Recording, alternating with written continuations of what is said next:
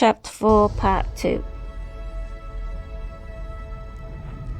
When he landed the police department hovercar on the roof of the Rosen Association building in Seattle, he found a young woman waiting for him, black-haired and slender, wearing the new, huge, dust-filtering glasses. She approached his car, her hands deep in the pockets of her brightly striped long coat. She had on her sharply defined small face an expression of sullen distaste. "What's the matter?" Rick said as he stepped from the parked car. The girl said obliquely, "Oh, I don't know. Something about the way we got talked to on the phone. It doesn't matter." Abruptly, she held out her hand. He reflexively took it. "I'm Rachel Rosen. I guess you're Mr. Deckard." "This is not my idea," he said. "Yes, Inspector Bryant told us that, but you're officially the San Francisco Police Department, and it doesn't believe our unit is to the public benefit."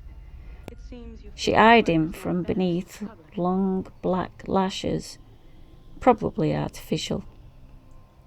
Rick said, "A humanoid robot is like any other machine. It can fluctuate between being a benefit and a hazard very rapidly. As a benefit, it's not our problem." "But as a hazard?" Rachel Rosen said. "Then you come in. Is it true, Mr. Deckard, that you're a bounty hunter?" He shrugged with reluctance, nodded. "You have no difficulty viewing an android as inert," the girl said. "You can retire it, as they say." "Do you have the group selected out for me?" he said. "I'd like to—" He broke off because all at once he had seen their animals. A powerful corporation, he realized, would of course be able to afford this. In the back of his mind, evidently, he had anticipated such a collection. It was not surprise that he felt, but more a sort of yearning. He quietly walked away from the girl toward the closest pen. Already he could smell them, the several scents of the creatures standing or sitting, or, in the case of what appeared to be a raccoon, asleep. Never in his life had he personally seen a raccoon. He knew the animal only from 3D films shown on television. For some reason, the dust had struck that species almost as hard as it had the birds, of which almost none survived now. In an automatic response, he brought out his much-thumbed Sidneys and looked up Raccoon with all the sublistings. The last prices naturally appeared in italics, like Persian horses. None existed on the market for sale at any figure. Sidneys Catalogue simply listed the price at which the last transaction involving a raccoon had taken place. It was astronomical. "His name is Bill," the girl said from behind him. "Bill the raccoon. We acquired him just last year from a subsidiary corporation." She pointed past him, and he then perceived the armed company guards standing with their machine guns, the rapid-fire little light Skoda issue. The eyes of the guards had been fastened on him since his car landed, and he thought, "My car is clearly marked as a police vehicle."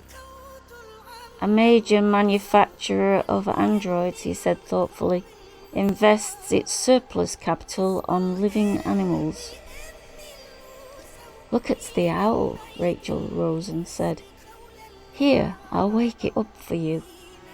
She stared toward a small, distant cage in the center of which jutted up a branching dead tree. "There are no owls," he started to say, "or so we've been told." Sidneys, he thought. They list it in their catalogue as extinct. The tiny, precise type, the E, again and again throughout the catalogue. As the girl walked ahead of him, he checked to see, and he was right. Sidneys never makes a mistake. He said to himself, "We know that too. What else can we depend on?" "It's artificial," he said, with a sudden realization. His disappointment welled up keen and intense. "It's artificial." "No," she smiled, and he saw that she had small, even teeth, as white as her eyes and hair were black. "But Sidney's listing," he said, trying to show her the catalogue to prove it to her. The girl said, "We don't buy from Sidneys or from any animal dealer. Our purchases are from private parties and the prices we pay aren't reported," she added. "Also, we have our own naturalists. They're now working up in Canada. There's still a good deal of forest left, comparatively speaking anyhow. Enough for small animals, and once in a while, a bird." For a long time he stood gazing at the owl, who dozed on its perch. 1,000 thoughts came into his mind, thoughts about the war, about the days when owls had fallen from the sky. He remembered how in his childhood it had been discovered that species upon species had become extinct, and how the papers had reported it each day, foxes one morning, badgers the next, until people had stopped reading the perpetual animal obits. He thought too about his need for a real animal. Within him an actual hatred once more manifested itself toward his electric sheep, which he had to tend, had to care about, as if it lived. The tyranny of an object, he thought. It doesn't know I exist. Like the androids, it had no ability to appreciate the existence of another. He had never thought of this before, the similarity between an electric animal and an Andy. The electric animal, he pondered, would be considered a subform of the other, a kind of vastly inferior robot. Or conversely, the android could be regarded as a highly developed, evolved version of the ersatz animal. Both viewpoints repelled him.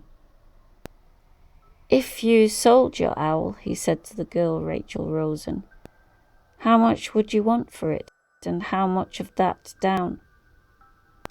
"We would never sell our owl." She scrutinized him with a mixture of pleasure and pity, or so he read her expression. "And even if we sold it, you couldn't possibly pay the price. What kind of animal do you have at home?" "A sheep," he said, "a black-faced Suffolk ewe." "Well then, you should be happy." "I'm happy," he answered. "It's just that I always wanted an owl. Even back before they all dropped dead," he corrected himself. "All but yours." Rachel said, "Our present cash program and overall planning call for us to obtain an additional owl which can mate with Scrappy." She indicated the owl dozing on its perch. It had briefly opened both eyes, yellow slits which healed over as the owl settled back down to resume its slumber. Its chest rose conspicuously and fell, as if the owl, in its hypnagogic state, had sighed. My uncle took the call from your superior, and by now he probably has... You're a family? Rick broke in. A corporation this large is a family affair. Continuing her sentence, Rachel said, Uncle Eldon should have an android group and a control group set up by now, so let's go. She strode toward the elevator, hands again thrust violently in the pockets of her coat. She did not look back, and he hesitated for a moment, feeling annoyance, before he at last trailed after her.